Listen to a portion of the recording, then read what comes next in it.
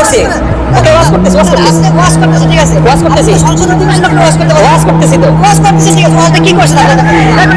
দেখেন দেখেন দেখেন দেখেন, ওনার নাম কি?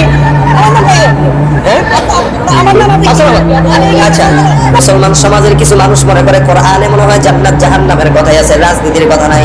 কিন্তু আল্লাহর কোরআন এমন একটা কোরআন, যেই কোরআনে সংসার থেকে শুরু করে সংসদ কিভাবে চলবে সব উল্লেখ আছে না? সব কিছু টোটাল জীবন ব্যবস্থা, এটা টোটাল জীবন ব্যবস্থা এটা। এই কারণেই তো আল্লাহ পাক নবী করিম সাল্লাল্লাহু আলাইহি সাল্লামকে জানিয়ে দিয়েছেন, আল ইয়াউমা আকমালতু লাকুম দীনাকুম ওয়া আতমামতু আলাইকুম নি'মাতি ওয়া রাদিতু লাকুমুল ইসলাম দীনা। সব পূর্ণ করে দিয়েছি আমি দিনকে। দিনের ভিতরে এমন কোনো কিছু নাই যেটা নাই, সব কিছু এর ভিতরে আছে। অর্থাৎ এটা কেউ ঘরে রাখবে তো ঘর শান্তি, কেউ সংসদে রাখবে তো সংসদ শান্তি। সংসদে তো এটা চলে না। যারা এই কথা বলে তারা মুসলমানের বাচ্চা হতে পারে না। এদের দেমাগ নষ্ট, এদের সমাজ নষ্ট, এদের রাজনীতি নষ্ট, যার কারণে বাংলাদেশে যত রাজনীতি চলে সব রাজনীতি নোংরা রাজনীতি।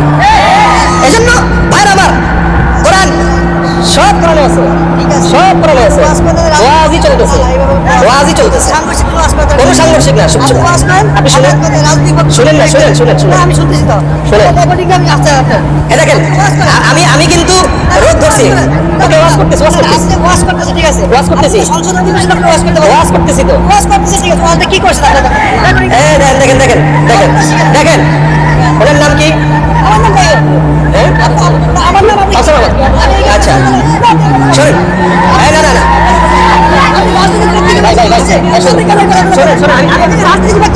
আপনি কথা শুনেন, আপনি কথা শুনেন, আচ্ছা আচ্ছা, ঠিক আছে ঠিক আছে ঠিক আছে, হ্যাঁ ভাই শুনেন শুনেন শুনেন, হ্যাঁ শুনেন শুনেন, ব্যক্তি আসে আমি আমার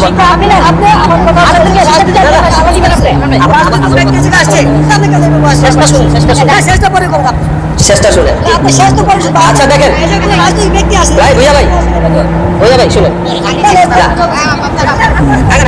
শুনেন, উনি ওনার কথা বলছে, আমি আবার কথা বলি, ঠিক আছে? এখানে কোনো রাজনৈতিক নেতা আছে? নেতা আছে? নেতা নাই? আচ্ছা, আমি কি কাউরে ডাইরেক্ট বলছি?